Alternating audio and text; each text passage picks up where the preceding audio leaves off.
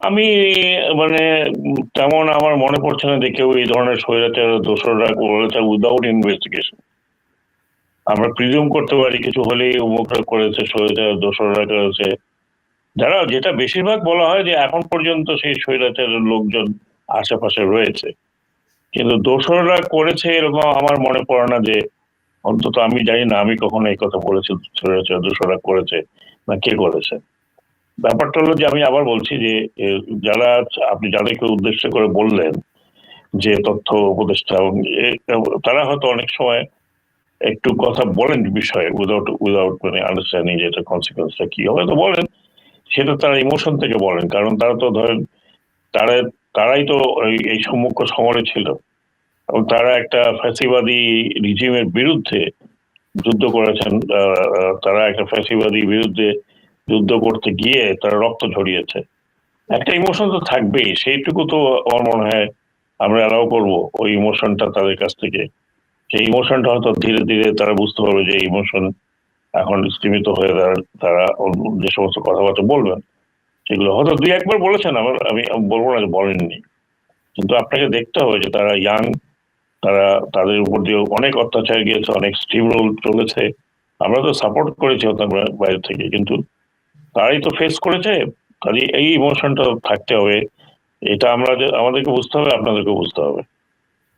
জি sir, আপনি দায়িত্ব নেওয়ার পরপরে আপনি তো স্বরাষ্ট্র মন্ত্রণালয়ের দায়িত্বে ছিলেন, মাত্র 1 সপ্তাহ আপনার দায়িত্বে ছিলেন। এর মধ্যে আপনি বেশ কিছু মন্তব্য করেছিলেন, বিশেষ করে স্নাইপারের গুলি, 6.72 গুলি, 7.62 দিয়ে গুলি করা।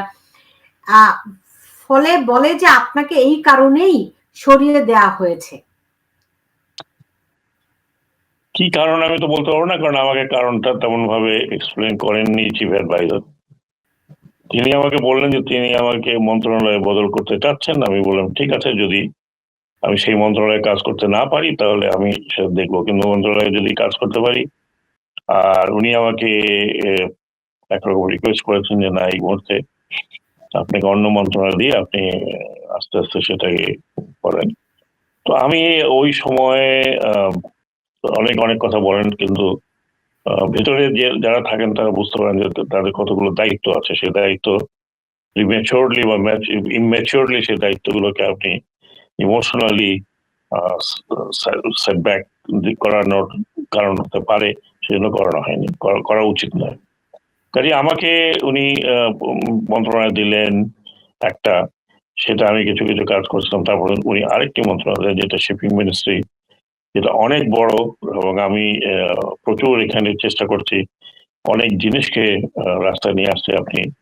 আপনারা জেনে খুশি হবেন যে এখানে এই শিপিং মন্ত্রণালয়ের বাংলাদেশ শিপিং কর্পোরেশন যেটা চেয়ারম্যান আমি, তারা আগের থেকে করেছে, আমি তো এসে কিছু করতে পারি না, বাট আগের থেকে করেছে। স্যার, এটা আমি করবো, আপনি নাম পরিবর্তনেরও প্রস্তাব করেছেন, আমি এই প্রসঙ্গে ফিরবো। কিন্তু ধরেন আপনাকে যখন স্বরাষ্ট্র মন্ত্রণালয় থেকে সরিয়ে দেওয়া হলো, এটি কি প্রধান উপদেষ্টার একক সিদ্ধান্ত হয়েছে নাকি প্রক্রিয়াটি কেমন ছিল আর কি? আমি একক সিদ্ধান্ত না, কালেক্টিভ সিদ্ধান্ত আমি জানি না, কিন্তু প্রধান উপদেষ্টা কিন্তু আপনি মনে করেন যে উনি প্রধানমন্ত্রীর জায়গা আছেন।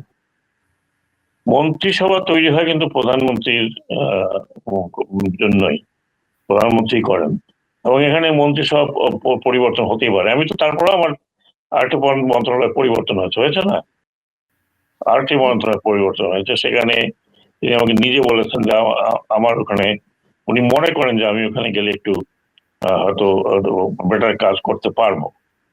তো এমনিতে স্যার, ওই আন্দোলনের সময় এই বিপুল পরিমাণ হতাহত নিয়ে এক ধরনের ষড়যন্ত্র তত্ত্ব আমরা শুনি, আওয়ামী লীগ থেকেও বলা হচ্ছে। অনেকেই মনে করেন আপনার এই মন্তব্যটি কিন্তু তুমুল আলোড়ন তুলেছে, এবং অনেকেই, আমি শুরুতেই বলেছি, বাংলাদেশের মানুষ আপনাকে গত প্রায় 25 বছর ধরে অন্তত পাবলিক ফোরামে আপনাকে দেখে, ফলে আপনার যে গ্রহণযোগ্যতা, সেখান থেকে আপনার এই মন্তব্যটি মানুষ কিন্তু বিশ্বাস করে যে আসলে এই গুলি কোথা থেকে আসলো, কারা গুলি করলো, কি উদ্দেশ্য।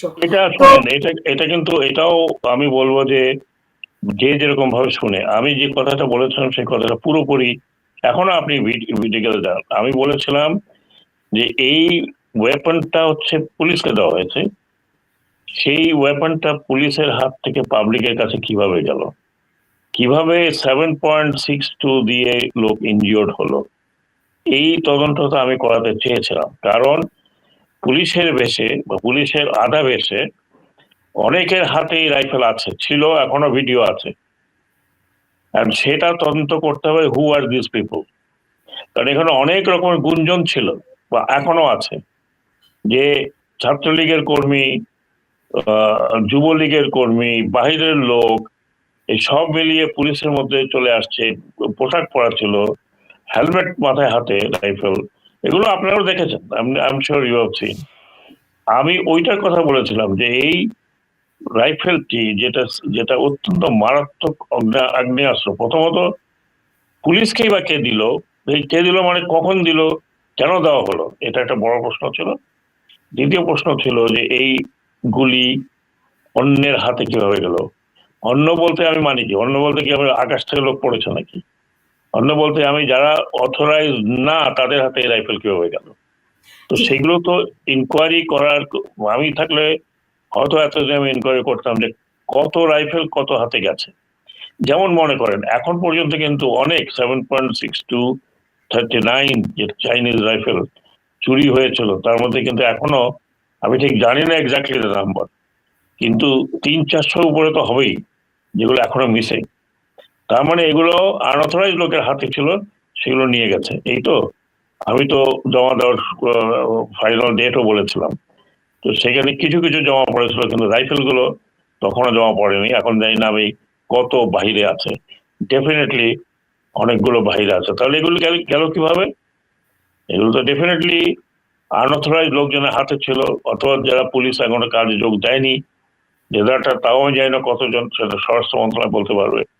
আমি কিন্তু ওই কথাটা বলেছিলাম।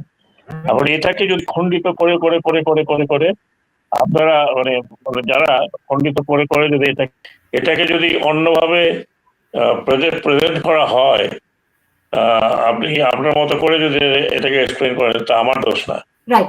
আমার পুরো কথাটা, আমার পুরো সার্বভৌম না শুনেই, ওইটুকু শুনেই যে কোথার থেকে আসলো, কে আসলো, হ্যাঁ, এটা তো আমি ওইভাবে বলি।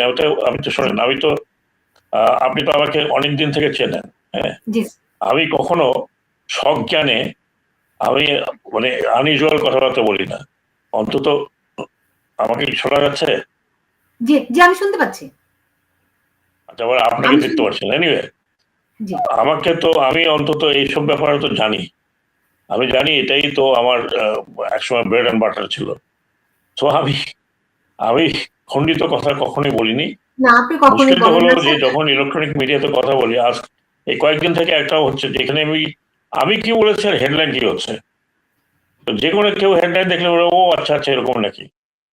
হ্যাঁ, তো এইগুলো আজকাল যে আছে যে অনেক, ধরুন ইউটিউব একটা একটা একটা এক ধরনের হয়তো বলবো মানি আর্নিং কনসার্ন হয়ে গেছে অনেকের হাতে। আপনারা তো ট্রেন জার্নালিস্ট, যারা ট্রেন জার্নালিস্ট, যারা ট্রেন ইউটিউবার, এখন থেকে সবাই, everybody is become expert YouTube. কোনো একটা কিছু পাইলে সেটা একটা হেডলাইন শুরু করে দিয়ে আর শুরু হয়। আরেকটি কি, ধরুন আমার মতো যারা, আপনি যেটা বলছেন, বহু বছর থেকে আমি মিডিয়াতে কাজ করছি, মানে মিডিয়াতে আসি, আপনারা আমাকে প্রতিনিয়তই দেখতেন, হ্যাঁ। তো সেইখানে আমার যদি অনেক কিছু না করেন, মানে আমাকে মনে হয় যে সবাই চায় যে আমি আসলে হয়তো তাদের টিআরপিটা একটু বাড়ে, বা আমি জানি না, আমাকে বলেছে যে আপনি আসলে টিআরপিটা বাড়ে। তো আমি সেই হিসাবে মনে করি যে কিন্তু আমার তো ফেস করার অভিজ্ঞতা আছে, আমি তো এর চেয়ে কঠিন সময় আপনাদেরকে ফেস করেছি। আমি আপনার সাথে একটা ইন্টারভিউ দিচ্ছি, সেখান থেকে আপনি আপনার চুম্বক অংশটা কেটে বা অরিজিনালটা কেটে আপনি চুম্বক অংশ দিয়ে আপনি বানালেন আরো কি বলে এটাকে, লাইক বাড়ানোর জন্য। তো সেটা বলেন, এটা আমার আমি তো